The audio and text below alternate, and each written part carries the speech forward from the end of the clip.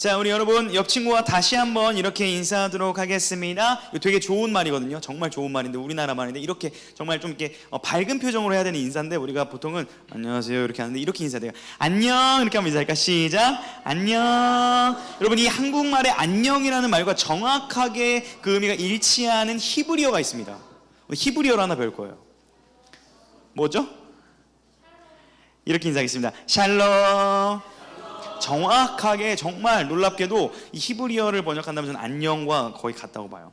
정말 빈틈없는 평안함, 정말 좋은 상태를 의미합니다. 그래서 안녕하세요, 되게 좋은 우리가 인사를 우리가 우리나라 사람들이 하고 있는 건데요. 자, 우리 말씀 제목 한번 읽어보도록 하겠습니다. 시작. 이미와 아직 사이에서 아멘 하라. 한 번 더 시작. 이미와 아직 사이에서 아멘 하라. 자, 여기 3학년이 이미고 1학년이 아직이고 2학년이 아멘이에요. 그래서 여기가 이미, 아직, 아멘 이렇게 해주시면 감사하겠습니다. 시작. 자, 이게 이제 오늘 제목인데, 자, 설교 제목이 멋있어요, 안 멋있어요?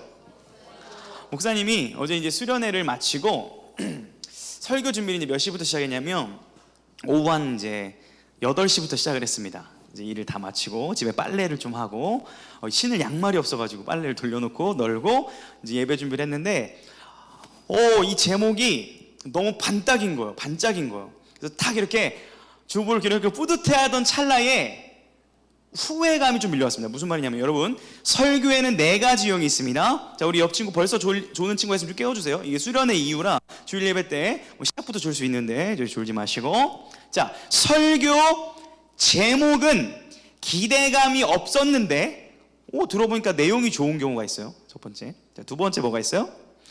제목에는 기대감이 넘쳤는데 들어보니 별일 없는 경우. 책 제목, 죽어도 뭐는 먹고 싶어? 떡볶이는 먹고 싶어. 여러분 무슨 내용? 별 내용? 그게 없다. 뭐 이런 책을 디스한 건 아닙니다. 뭐 그런 책도 있고요. 자, 그 다음에 제목도 별론데 내용도 별로인 경우도 있고. 자, 제목이 기가 막혔는데 내용이 기대 이상을 충족시켜주는. 아시안컵을 기대하고 봤는데 이기지 못하고 어떻게 됐어요? 무승부가 나왔을 때 하는 실망감 같은. 제목이 좋았는데 설교가 별로일 수 있지만 저는 믿습니다. 오늘 진리의 성령님께서 여러분의 꼭 필요한 하나님의 말씀을 먹여주실 줄로 믿습니다. 그래서 약간 후회를 하다가도 어차피 하나님의 일인데 내가 너무 염려하지 말자, 이런 마음으로, 우리 기대감으로 제가 이 예배를 참여하게 되었습니다. 여러분, 그래서 제가 어제 밤 한 11시쯤 이곳에서 찬양을 혼자 불렀어요. 여기 와서 갑자기 너무 피곤한데 이제 예배 준비가 다 안 맞춰진 상태에서 갑자기 이런 찬양 불렀습니다. 예루살렘아 여호와를. 근데 아무도 없잖아요. 근데 막 있는 것처럼 찬송할지어다 내 하나님을, 막 이렇게 한 20분 정도 찬양을 미친 사람처럼 했거든요, 어제. 근데 여러분 있으니까 너무 반가워요. 지금 좋아서 그래, 진짜. 피곤하지만 갑자기 그러면서 현타가 왔어요. 내가 왜 지금 아무도 없는데 여기서 막 있는 것처럼 왜 찬양을 해라, 예루살렘아 여호와를 찬양을, 왜 내가 이 찬양을 왜 부르고 있지? 이런 생각을 잠깐 했어요. 근데 알았어요. 이게 내가 부르고 싶어서 지금 찬양 부르는 게 아니구나. 찬양이 나오더라고요. 그래서 내 안에도 은혜가 지금 있구나 하고 감사한 어제 밤을 보냈는데요. 여러분, 저는 방금 제가 드린 어떤 이러한 간단한 말 같지만 이것이 우리가 오늘 나눌 메시지의 핵심이라고 생각해요. 이미 수련회 끝났습니다. 이제 방심을 하려고 했어요. 이제 수련은 끝났다, 다 이루었다 하려고 할 때 뭐가 남았어요? 오늘 예배가 아직 남아 있었어요. 그래서 더 긴장감을 가지고 근신하여 말씀 준비를 하면서 오늘 예배를 준비했는데, 우리가 이제 이러한 개념의 말씀을 오늘 살펴보기를 원합니다. 자, 우리가 오늘 읽은 본문이 무슨 말씀이에요? 벌써 까먹었어요? 아까 방금 사라졌는데. 자, 무슨 말씀 읽었죠? 베드로전서를 읽었습니다. 베드로전서 5장을 읽었는데, 여러분, 우리가 수련회 때 베드로전서 1장 2장을 나눠서 이제 수련회 다니는 친구들 베드로전서를 좀 알 것 같기도 한데, 제가 봤을 때는 이틀 밤을 샌 친구들도 많기 때문에 베드로전서 내용을 까먹었을 확률이 높아요. 맞아요, 아니에요?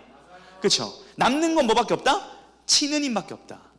치킨과 피자밖에 기억이 없을 수도 있어요. 그래서 다시 우리가 이제 수련회를 안 간 친구들 있기 때문에, 그러니까 수련회 오늘 마지막 날이라 생각하고 베드로전서를 한번 나누려고 합니다. 그리고 베드로전서를 한번 나누기를 원하는데요. 자, 베드로전서는 누가 썼어요? 너무 쉽지. 베드로 잘 알아요, 몰라요?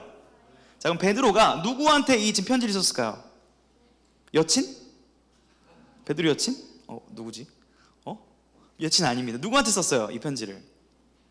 자, 따라하겠습니다. 흩어져 있는 나그네들. 자, 여기서 나그네라는 표현 좀 어려울 수 있지만 여러분이라고 보시면 돼요. 여러분이 이제 오늘 이후에 내일 학교로 흩어지겠죠? 방학이라 안 가나? 학원으로 흩어지겠죠? 독서실로 흩어지겠죠? 스카로 흩어지겠죠? 흩어져 있는 성도들에게 쓴 편지입니다. 왜 썼냐면 모두에게 동일한 어려움이 있었기 때문이에요. 자, 옆 친구에게 한번 이렇게 얘기해 봅시다. 너희에게도 고난이 있을 거야. 이렇게 무섭게 한번 얘기해 보세요. 이 저주하는 게 아니고요. 지금 저주하는 게 아니고 우리가 현실을 좀 직시하는 그런 말인데요. 자, 모태신앙이든 아직 예수님을 잘 모르는 새 친구든 그다음에 예수님을 믿은 지 얼마 안 돼가지고 막 뜨거운 친구든 상관없습니다. 모두가 동일하게 앞으로 겪게 될 내용이 뭐냐면 고난을 받게 될 거라는 거예요.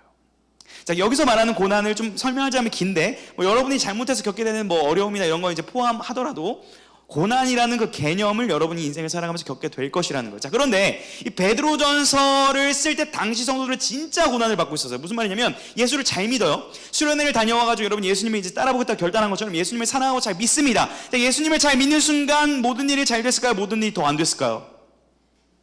모든 일이 잘 안 되는 거예요. 당신이 예수님을 믿는다고 하면 경제적인 어려움이 생겨버려요. 진로가 막힙니다. 가족의 누군가가 잡혀가기도 해요. 심지어 자기가 감옥에 가기도 하고 사자의 밥이 되기도 했어요. 목숨을 걸고 예수를 믿었어야 돼요. 자, 여러분 잘 보세요. 오늘 예배를 드리고 났는데 갑자기 성적이 떨어지기 시작한다. 몇 주 정도 참을 수 있어요? 그럴 수 있지. 근데 성적이 갑자기 평균 70까지 떨어진 거예요. 감당됩니까?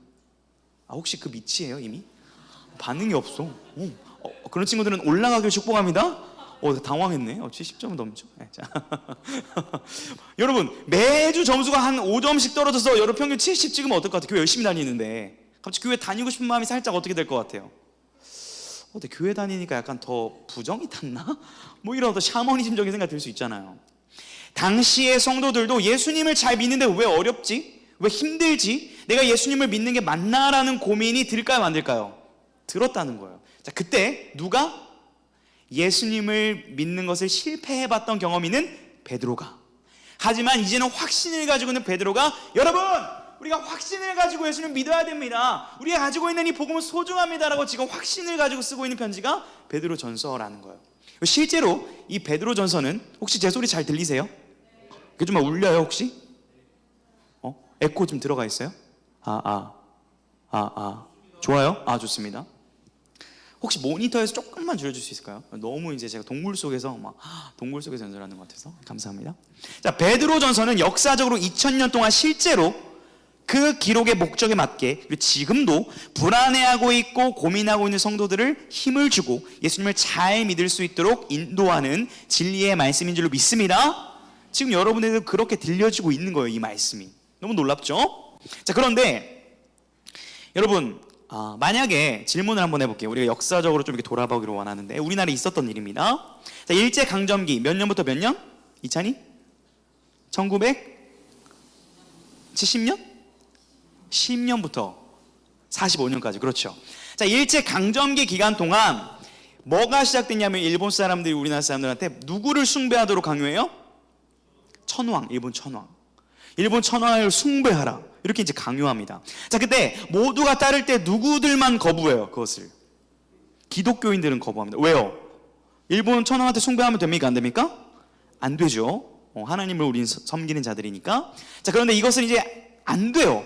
잡아서 때리고 벌을 주고 고통을 주고 해도 거부를 하는 거예요. 계속. 그러니까 어떻게 방법을 바꾸냐면, 얘들아 이거 종교행위 아니야. 자, 종교행위 아니야. 그냥 문화야, 문화. 자, 문화니까 받아들여. 자, 이제 절해봐. 이들은 절했을까요, 안 했을까요? 많이 했습니다. 심지어 죄송하지만 우리가 속해 있는 대한예수교 합동 측도 총회에서 신사참배는 해도 괜찮다라는 결의를 내린 적이 있어요. 너무나 뼈아픈 역사입니다. 목사님, 그렇게 솔직히 얘기해도 돼요? 네, 솔직하게 얘기해야 됩니다. 왜냐하면 우리는 연약한 실수를 저질렀던 적이 있어요. 물론 그것을 회개하고 돌이키긴 했습니다. 자, 그러나 그런 어려움 속에서도 그 믿음을 지킨 자들이 있었다 없었다? 있었습니다. 또 유명한 목사님, 혹시 주기철 목사님 들어봤어요? 주기철 목사님? 신사참배를 끝까지 거부하다가 옥에 갇혀 옥에서 죽은 순교하신 목사님입니다. 여러분, 만약에 여러분이 일제강점기 때 예수님을 믿고 있지만 일본 신사참배를 그냥 해도 전혀 달라지는 게 없고 어려움이 없어요. 오히려 더 평안하게 살 수 있어요. 한번 고개만 끄덕거리면 됩니다. 여러분 어떻게 하시겠습니까? 고민이 될 거예요. 이게 우리의 현실입니다. 자, 1장에서는 이런 우리들에게, 고민이 되는 우리들에게 이렇게 얘기합니다. 자, 옆 친구에게 이렇게 한번 얘기해 줍시다. 1장은 소망을 주는 거야. 다시 우리에게 소망을 가지라고 얘기를 합니다. 자, 한번 더. 2장은 네가 누군지 알려줘. 계속해서 너는 그런 사람이 아니야. 너는 지금 예수님을 믿는 소망을 가진 자고, 너는 하나님이 택하신 자녀고, 너는 그 자녀답게 살아갈 정체성이 있는 사람이라고 계속 각인시켜주는 거예요. 계속 1장과 2장을 통해서. 자, 그러다가 이제 오늘 읽은 5장에서 이런 접속사가 등장합니다. 우리 수련회 다녀온 친구들은 잘 알 거예요. 별표 3개짜리 접속사 뭐요? 그러므로. 자, 그러므로의 뜻이 뭐였어요? 자, 그러므로가 우리가 영어를 했죠. 자, 우리 수련회 다니는 친구는 잘 배워서 복습한다 하고, 우리 안 온 친구는 새롭게 배운다고 생각하고, 자, 저를 따라하겠습니다. Because, therefore. 자, 그러므로 이겁니다. 이런 일들이 있었기 때문에, because, 원인. 그러므로 하는 거죠. 자, 이 원리 이해하죠? 자, 이 각인이 됐을 겁니다. 자, 너네들이 하나님의 자녀이기 때문에, 하나님이 너네를 사랑하기 때문에 이제 우리도 하나님을 사랑하자는 거죠. 자, 지금 그 차원이에요. 잘 따라하네요. 곧 있으면 저를 성대모사 하는 친구가 나올 수도 있겠어요. 자, 저를 따라하는 친구 있어요? 이렇기 때문에. 그렇죠. because고요. 갑자기 현타가 오네요. 자, 그러므로 이제 5장에서 이제 진짜 하고 싶은 말을 하는 거예요. 자, 여러분,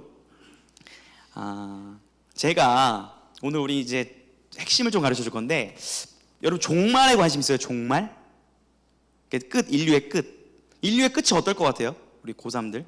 물론 이제 고딩의 끝이 다가오고 있지만 인류의 끝은 어떨 것 같아요? 근데 여러분, 인류의 끝에 관심 많지 않아요? 뭐 SF 영화나 이런 거 보면 막 두둥둥 지구가 뭐 어떻게 망하고 막 뭐 불이 떨어지고 막 다 이런 주제인 거 알죠?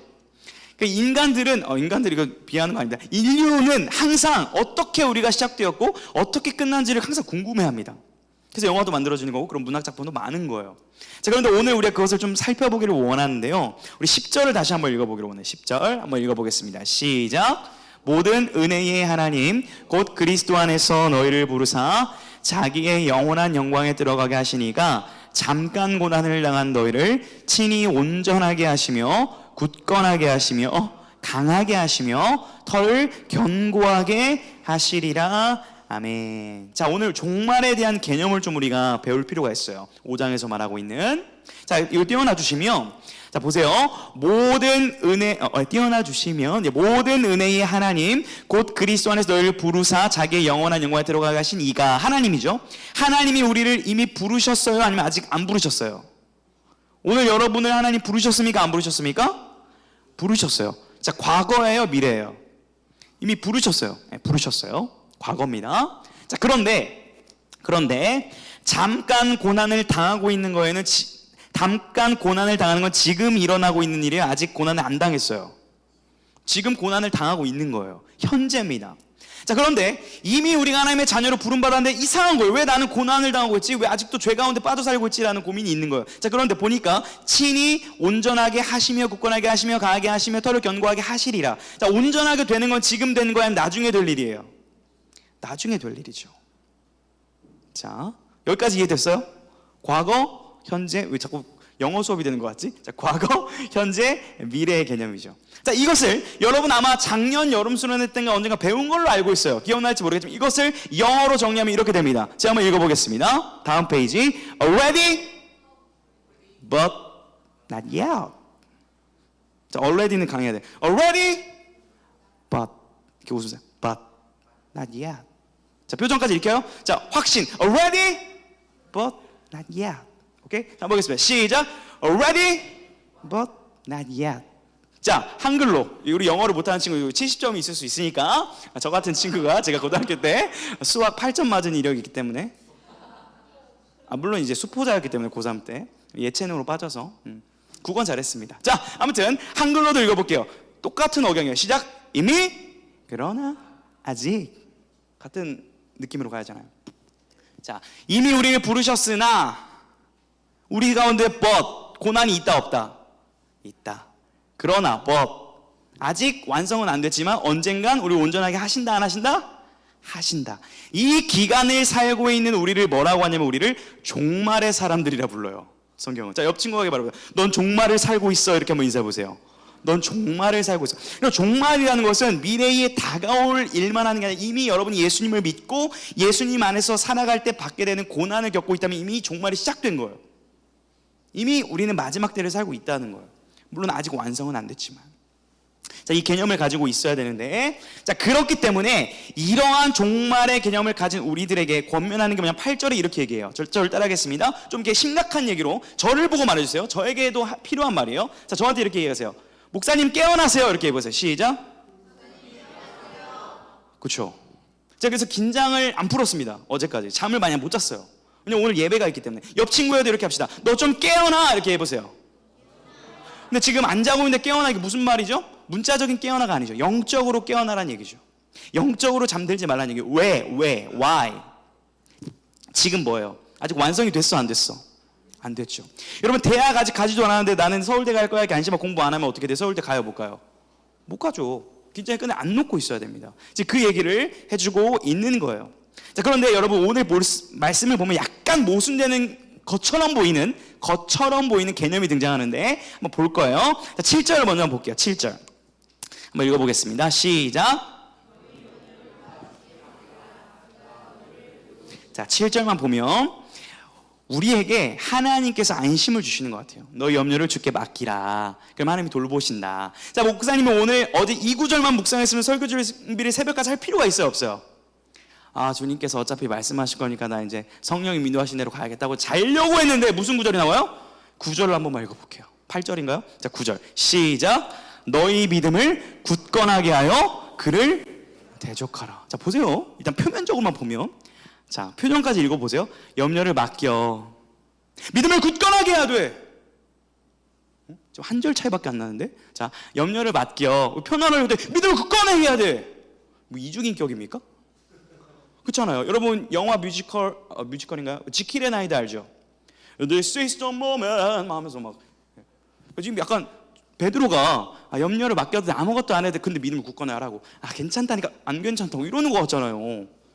약간 모순처럼 보이는 것 같아 보여요. 표면적으로 보면. 자, 그런데 특히 이제 T인 친구들, 나 T다, 나 F가 아니고 T다 한번 손 들어보세요. 이런 친구들 이거 못 참아요. 막 찝찝해. 막 딱 떨어지지가 않아. 내 F들은 공감돼. 오, 그럴 수 있지. 약간 T 여기 있을 수 있는데, 여러분, 그러나 이것은 모순이 아니라 이것이 바로 오늘 우리가 설교의 주제라고 할 수 있는 아멘이라는 개념을 굉장히 잘 담고 있는 거예요. 우리가 기억해야 될 내용이라는 거예요. 자, 우리 11절을 한번 보도록 하겠습니다. 11절 시작.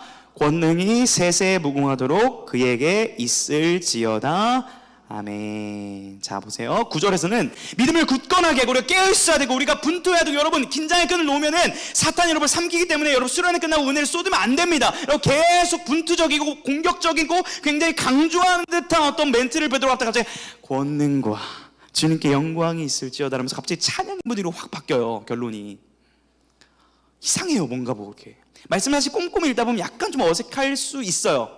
뭐 여러분은 안 그럴 수도 있지만, 그런데 여러분 보세요. 오늘 본문 6절에서 11절까지를 보게 되면 이러한 구조가 있어요. 중간에는 이런 개념이에요. 야, 우리가 열심을 내야 돼. 너네 수련회 갔다 와서 계속 기도해야 돼. 계속 말씀 봐야 돼. 우리 계속 은혜 받아야 돼. 맞는 말입니다. 틀린 말 아니에요. 이것도 맞는 말. 자, 그런데 이 핵심 우리에게 하라고 하는 이 중앙 위치에 앞뒤로 싸고 있는 게 있어요. 자, 6절을 보게 되면 이러한 개념이 있습니다. 하나님의 능하신 손 아래. 10절 모든 은혜 하나님의 친히 그분께서 너희를 온전하게 하시며. 자, 우리의 열심, 우리의 삶을 좀 누가 감싸고? 하나님의 손, 하나님의 열심이 우리의 삶을 감싸고 있다는 거예요. 이것이 결코 모순적인 얘기가 아니에요. 하나님도 일하시고 우리도 일한다 라는 것을 우리에게 지금 가르쳐주고 있는 것입니다. 여러분, 이 개념이 바로 아멘이에요. 자, 우리 연습했었는데 수련회 때 우리 이제 수련회 안 간 친구들로 예배 시간에도 우리가 더 하나님의 은혜를 사모하기를 원하는데 우리 지금 온 친구 축복합니다. 자, 우리가 할렐루야라고 할 때 할렐루야가 무슨 뜻이라 그랬죠? 하나님을 찬양하라. 아멘으로 여러분이 화답을 해주면 좋겠는데요. 자, 제가 할렐루야라고 했을 때 여러분이 여기까지는 허용할게요. 왜냐면 사람마다 성향이 다를 수 있어요. 여기까지 함께 아멘 주님께 항복하는 의미로 아멘을 해주시면 되겠습니다. 할렐루야! 약간 007빵 하는 것 같기도 한데 우리는 할렐루야를 한 겁니다. 여러분, 이 아멘이라는 의미를 알고 해야겠죠. 여러분, 아멘이라는 의미는요, 보통 우리가 주님 제가 믿습니다, 제가 하겠습니다, 주님의 뜻 가운데 나아가겠습니다, 제가 이번 한 주 잘 살아보겠습니다, 이것도 맞는데 1차원적인 의미는 뭐냐면, 잘 들어보세요. 아멘이신 하나님께서 그분께서 하신 약속과 말씀은 친히 신실히 이루실 것이라는 것을 얘기해요. 하나님 측면에서의 아멘이 먼저 선포되고 그 하나님의 말씀에 반응해서 우리도 그러하겠습니다라고 아멘하는 거예요. 너무 놀라운 의미가 담겨 있습니다. 하나님이 우리 가운데 먼저 일하시니 우리도 하나님 앞에 나아가는 것이죠. 이것이 바로 아멘이 담고 있는 중의적이면서 핵심적인 의미라고 할 수가 있습니다. 그렇기 때문에 여러분, 이미 우리는 하나님의 자녀가 되었지만 아직 하나님 나라를 들어가지 못한 이 상태에서 우리가 해야 될 고백은 뭐냐면 아멘이에요. 하나님 도와주십시오, 하나님 믿습니다, 저도 해보겠습니다 라고 갈 뿐입니다. 여러분, 1920년 3월 1일 날, 이제 1919년이 아니라 20년 3월 1일 날 서대문 형무소에서 굉장히 큰 목소리로 대한독립 만세라는 소리가 이제 나왔습니다. 이제 여자 목소리로 나왔어요. 여자 방에서 나온 소리였는데 그 여자 방에 누가 있었냐면 이런 분들이 있었습니다. 유관순 열사, 임명애 지사, 김양화 지사, 어윤희 지사, 권혜라 지사, 신관빈 지사, 신명철 지사가 이 독립운동 이후에 1년 뒤에 감옥에 갇혀서도 계속 대한독립 만세를 외쳤어요. 자, 근데 그 안에서 계속 불어둔 노래가 있대요. 나중에 어떤 분의 자녀였냐면 신명철 지사의 아드님을 통해서 이때 그 어머님이 불렀던 그 노랫말을 기억을 더듬어서 가사를 남겨놓은 가사말이 있는데 이런 가사말이에요. 좀 말이 어려울 수 있지만, 진중이 일곱이 진흙색 일복 입고 두 무릎을 꿇고 앉아 주님께 기도할 때. 자, 원래 이 시중에 나온 노래는 하느님께 기도할 때인데 원래 그 진짜 오리지널 리릭스는 주님께 기도하신 분들이에요. 주님께 기도할 때, 접시 두 개 콩밥덩이 창문 열고 던져줄 때 피눈물로 기도했네, 피눈물로 기도했네. 대안이 살았다, 대안이 살았다, 산천이 동하고 바다가 흐른다, 에헤이 데헤이 에헤이 데헤이, 대안이 살았다, 대안이 살았다. 이런 노래를 계속 부르면서 대한독립을 염원했습니다. 여러분, 대한독립이 그 당시에 왔어요, 안 왔어요? 아직 안 왔죠. 1920년 기점으로 하면 아직 몇 년 남았어요. 역사적으로 봤을 때, 결과적으로 봤을 때 아직 25년이 남았습니다. 아직 보이지가 않는 희망이에요. 그러나 주님께 기도하는 믿음의 선배들이 이 나라의 독립을 염원했어요. 아직 오지 않았지만 우리는 확신합니다라고 마치 아멘을 외치듯이 이 기도와 탄식과 노래를 불렀고, 그 탄식의 결과로 하나님의 은혜로 우리나라가 독립했고, 이 가사말이 여전히 우리에게 들려지고 있는 놀라운 열매가 맺힌 거예요. 놀랍습니다. 그런데 이분들의 이 소스, 이분들의 이 고백은 성경이 근원이에요. 여러분, 이런 찬양 아세요? 아시면 같이 부르면 좋을 것 같아요. 주를 찬양, 손을 들고 찬양, 전쟁은 나에게 속한 것 아니니. 주를 찬양, 손을 들고 찬양, 전쟁은 하나님께 속한 것이니. 아멘. 우리 찬양 참 많이 부르는데 이 찬양의 배경이 되는 성경이 어디냐면 역대하 20장인데요 쉽게 얘기해 줄게요. 여호사밧 왕이 있었습니다. 근데 엄청난 군대가 몰려와요. 왕시여, 군대가 몰려옵니다. 이제 우리가 군사력을 준비합시다 라고 했는데 갑자기 하나님이 이렇게 말하는 거. 군사 준비하지 마, 싸우지 마, 찬양대를 만들어. 예? 주님? 군사가 온다니까요. 찬양대를 만들어, 불러, 노래. 주님? 저희 죽이시려고? 일단 만들어 불러봐. 찬양을 부릅니다. 자, 여러분 보세요. 지금 이제 제가 군사예요. 만약에 칼을 들고 있어요. 가고 있는데 이 찬양 한번 불러주세요. 주를 찬양. 이제 전 지금 군사입니다. 시작. 주를 찬양, 손을 들고 찬양 전자. 이때 칼을 들고 오던 사람들이 갑자기 죄송해요 이렇게 됐어요. 진짜 갑자기 자기들끼리 화를 쏘고 갑자기 정신병에 걸려가지고 자기들끼리 죽이고 찬양을 부르고 있는데 눈앞에 무슨 광경이 펼쳐져요? 사람이 우수수수수 없어져요. 이 일을 보게 된 겁니다. 이것이 바로 아멘이에요. 하나님, 지금 제가 이걸 해야 될 것 같은데 하나님이 이걸 하라고 하시니 아멘으로 찬양합니다 라고 할 때 하나님의 역사가 우리 가운데 보여지는 것이 우리의 아멘의 고백을 해야 될 이유라는 거예요. 놀랍죠? 여러분, 말씀을 이제 맺으려 합니다. 여러분, 우리 인생의 끝을 생각할 수 있기를 축복합니다. 지금 현실에 매몰되는 믿음의 눈이 아니라 여러분, 우리 삶의 마지막과 끝이 있다는 것을 기억하기를 축복합니다. 왜냐하면 이미 우리 삶 가운데 하나님의 은혜가 주어졌지만 아직 끝이 오지 않았어요. 그러나 그 아직 오지 않은 완성은 반드시 옵니다. 반드시 와요. 우리에게 주어진 나라는 무엇이냐면 슬픔과 아픔과 질병과 고통과 가난과 비교와 상처가 없는 그 하나님 나라가 올 거예요. 그런데 그 올 때까지는 여전히 고난과 고통과 여러분 삶에 어려움이 있을 수 있어요. 그때 우리가 외쳐야 될 게 뭐예요? 아멘. 하나님의 일하심을 믿습니다. 하나님, 오늘도 우리가 두 손을 들고 내가 마치 공부를 열심히 하고, 공부도 열심히 해야 됩니다. 내 인생을 내가 책임지면 내 인생이 풀릴 것 같지만 아닙니다. 아멘. 주님의 방법대로 가겠습니다. 그러면 주님의 일하심이 내 눈앞에 펼쳐질 것입니다를 믿음으로 고백하는 것이 우리 매일의 삶 가운데 외쳐져야 될 아멘인 줄로 믿으시길 축복합니다. 그 아멘이 우리 가운데 외쳐지기를 원해요. 우리 시간 같이 한번 기도합시다.